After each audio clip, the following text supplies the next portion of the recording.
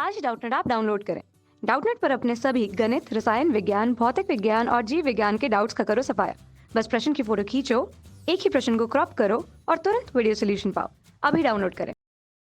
Hello दोस्तों, हमारा प्रश्न है 20 सेंटीमीटर फोकस दूरी वाले एक अवतल दर्पण के सामने एक वस्तु 10 सेंटीमीटर पर रखी गई है। प्रतिबिंब का स्थान तथा प्रकृति बताइए। तो दोस्तों इसमें कह रहा है कि 20 सेंटीमीटर फोकस दूरी की एक अवतल दर्पण है जिसके सामने 10 सेंटीमीटर पर वस्तु रखी हुई है।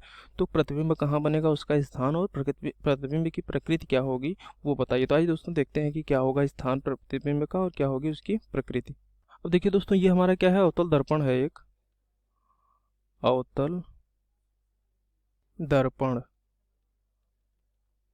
अब देखिए दोस्तों, ये P क्या है, इसका ध्रुव है, F इसका मुख्य फोकस और C इसकी वक्रता केंद्र है। अब दोस्तों एक लाइन है जो कि हमारी वक्रता केंद्र, फोकस और ध्रुव से होकर जा रही है। इसका मतलब वो लाइन क्या है दोस्तों, मुख्य अक्ष है।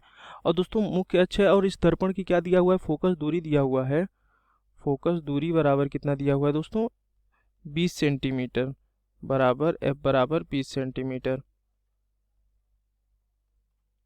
अब दोस्तों कह रहा है कि इससे 10 सेंटीमीटर दूरी पर एक वस्तु रखी हुई है। तो और दोस्तों अब फोकस दूरी इसकी 20 सेंटीमीटर है और 10 सेंटीमीटर पर वस्तु यानी फोकस दूरी और ध्रुव के बीच में रखी गई होगी कहीं। तो आइए दोस्तों देखते हैं कि कहाँ पे रखी होगी और इसकी प्रतिबिंब क्या बनेगा, कहाँ बनेगा। अब देखिए यहाँ पे दोस्तों हमने क्या किया, मुख्य ध्रुव और मुख्य फोकस के बीच में हमने वस्तु 10 सेंटीमीटर दूरी पर वस्तु ए बी को रख दिया।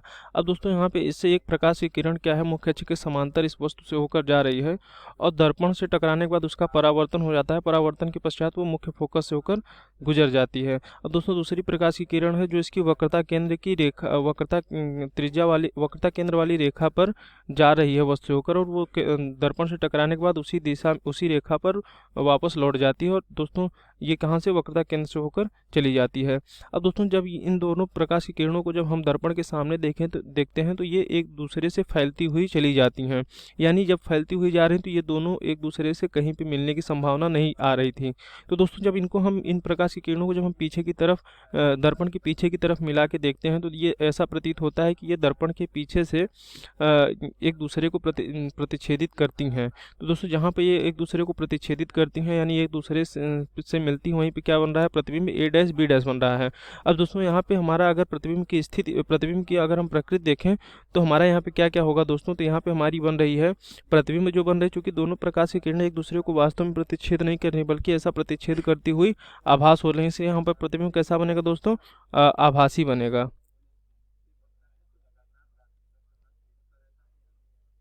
अब देखिए दोस्तों, वस्तु ऊपर की ओर रखी हुई है और प्रतिबिंब भी ऊपर की ओर बन रही है, यानी प्रतिबिंब कैसी बन रही है, सीधी बन रही है। अब देखिए दोस्तों यहाँ पे वस्तु हमारी ए बी छोटी है प्रतिबिंब ए डैश बी डैश से, तो यानी इसका मतलब प्रतिबिंब हमारा कैसा होगा दोस्तों, बड़ा होगा। ये दोस्तों क्या है, ये प्रतिबिंब की प्रकृति है, प्रतिबिंब की प्रकृति। अब दोस्तों इस प्रश्न में हमसे आगे क्या पूछा है कि प्रतिबिंब का स्थान। तो दोस्तों प्रतिबिंब का स्थान निकालने के लिए हमारे पास देखिए जानकारी क्या क्या दिया हुआ है। हमारे पास दिया हुआ है कि इस दर्पण की फोकस दूरी 20 सेंटीमीटर है और दोस्तों चूंकि ये अवतल दर्पण है इसलिए इसकी फोकस दूरी ऋणात्मक होगी, क्योंकि अवतल दर्पण की फोकस दूरी उसके सामने होती है यानी बाईं ओर होती है। अब दोस्तों ये कह रहा है कि वस्तु 10 सेंटीमीटर पर रखा है, यानी u बराबर हमारा कितना दिया हुआ है, 10 सेंटीमीटर दिया हुआ है। तो दोस्तों 10 सेंटीमीटर u दिया हुआ है, लेकिन u का चिन्ह कैसा होगा, ऋणात्मक होगा, क्योंकि वस्तु हमारी कहाँ है, दर्पण के सामने यानी बाईं तरफ है। अब दोस्तों हमें यहाँ से निकालना क्या है, यहाँ पे हमें v यानी प्रतिबिंब की स्थिति निकालनी है। तो इसके लिए हम क्या करेंगे दोस्तों, इसके लिए हम क्या करेंगे, दर्पण का सूत्र का उपयोग करेंगे। तो दर्पण के सूत्र से, तो दोस्तों क्या होता है दर्पण का सूत्र, दर्पण का सूत्र होता है 1/f बराबर 1/v प्लस 1/u।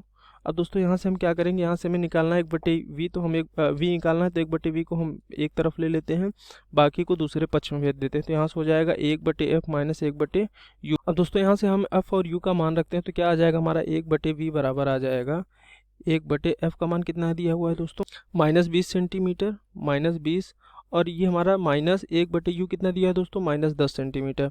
अब दोस्तों इसको जब हम आगे हल करते हैं तो 1/v बराबर हमारा कितना आएगा, ये माइनस का ऊपर गुणा हो जाएगा तो ये प्लस हो जाए माइनस हो जाएगा यहाँ पे, और ये हमारा 20 हो जाएगा। दोस्तों ये माइनस माइनस का गुणा होगा तो क्या हो जाएगा, प्लस 1/10 10। अब दोस्तों जब हम इसको आगे हल करेंगे तो 1/v बराबर हमारा यहाँ से आएगा 20 और 10 का हम क्या ले लेंगे, लसा ले लेंगे, तो 20 और 10 का लसा 20 आएगा। अब दोस्तों 20 में जब हम 20 से भाग देंगे एक बार जाएगा, इसका मतलब यहाँ पे 1 से गुणा होगा, और प्लस हम 20 में जब 10 से भाग देंगे 2 बार जाएगा, इसका मतलब यहाँ 2 से गुणा होगा। अब दोस्तों जब हम इसको आगे हल करेंगे तो यहाँ से आएगा 1/v बराबर, ये 2 है दोस्तों प्लस में, ये माइनस में 1 है, तो इसको हम जब जोड़ेंगे दोस्तों तो यहाँ हमारा 1 आ जाएगा बटे, ये हमारा दोस्तों 20 है, 20 तो बटे 20 आ जाएगा धनात्मक में। अब दोस्तों जब इसको हम आगे हल करेंगे तो b बराबर हमारा 20 सेंटीमीटर आ रहा है। अब दोस्तों यहाँ पे चिन्ह धनात्मक, इसका मतलब प्रतिबिंब हमारी कहाँ बन रही है, दर्पण के पीछे बन रही है, इसलिए हम इसको लिख सकते हैं दोस्तों v बराबर 20 सेंटीमीटर दर्पण के पीछे।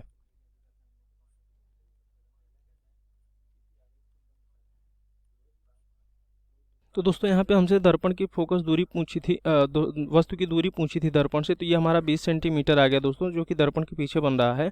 और हमसे दर्पण की प्रकृति पूछी थी, वस्तु प्रतिबिंब की प्रकृति पूछी थी, तो वो हमने ऊपर देखा था।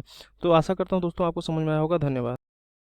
कक्षा 6ठी से 12वीं से लेकर नीट, IIT, JEE वो एडवांस के लेवल तक 1 करोड़ से ज्यादा छात्रों का भरोसा।